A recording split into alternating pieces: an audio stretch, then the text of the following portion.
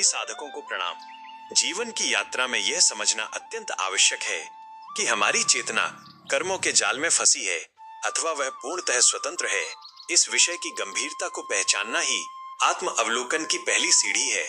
जब हम अपने दैनिक जीवन को देखते हैं तो पाते हैं कि एक ही प्रकार के कार्यों की पुनरावृत्ति हमारे भीतर एक गहरी जड़ता उत्पन्न कर देती है। यदि हमारा प्रत्येक दिन पिछले दिन की ही छाया है और हम यंत्र की भांति बिना किसी नवीनता के वही पुरानी दिनचर्या दोहरा रहे हैं, तो यह स्पष्ट संकेत है कि हम संस्कारों और कर्मों के अदृश्य बंधन में बंधे हुए हैं। ये बंधन हमें एक निश्चित परिधि से बाहर निकलने की अनुमति नहीं देता। कर्म बंधन का वास्तविक अर्थ यही है कि हम अपनी आदतों और परिस्थितियों के वश में होकर कर्म करने को विवश हैं।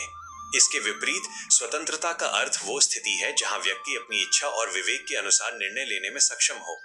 यदि आप स्वयं को इस योग्य पाते हैं कि आप किसी भी समय अपनी दिशा बदल सकें और किसी बाहरी दबाव या आंतरिक पुरानी आदत के बिना नया मार्ग चुन सकें, तो समझना चाहिए कि आप पर कर्मों का वो भारी बोझ नहीं है जो मनुष्य को विवश करता है।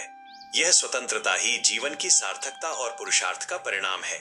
जो साधक इस अंतर को समझ लेता है वही अपने जीवन की बागडोर अपने हाथों में ले पाता है और प्रक्रिया को पूर्ण करते हुए श्रेष्ठ फल की ओर बढ़ता है। साधकों के लिए आत्मचिंतन हेतु प्रश्न। क्या आप अपनी वर्तमान दिनचर्या को केवल एक मजबूरी के रूप में जी रहे हैं या इसमें आपकी स्वेच्छा सम्मिलित है? जब आप कोई नया निर्णय लेना चाहते हैं तो क्या आपके पुराने संस्कार आपको वैसा करने से रोकते हैं? पिछले एक मास में आपने कितनी बार अपनी आदतों से हटकर कोई सचेतन कार्य किया है? आपकी साधना निरंतर बनी रहे और आप वैचारिक स्पष्टता की ओर अग्रसर हों, यही मंगल कामना है। आपके भीतर की जिज्ञासा ही आपको सत्य के मार्ग पर स्थिर रखेगी। Subscribe for more details.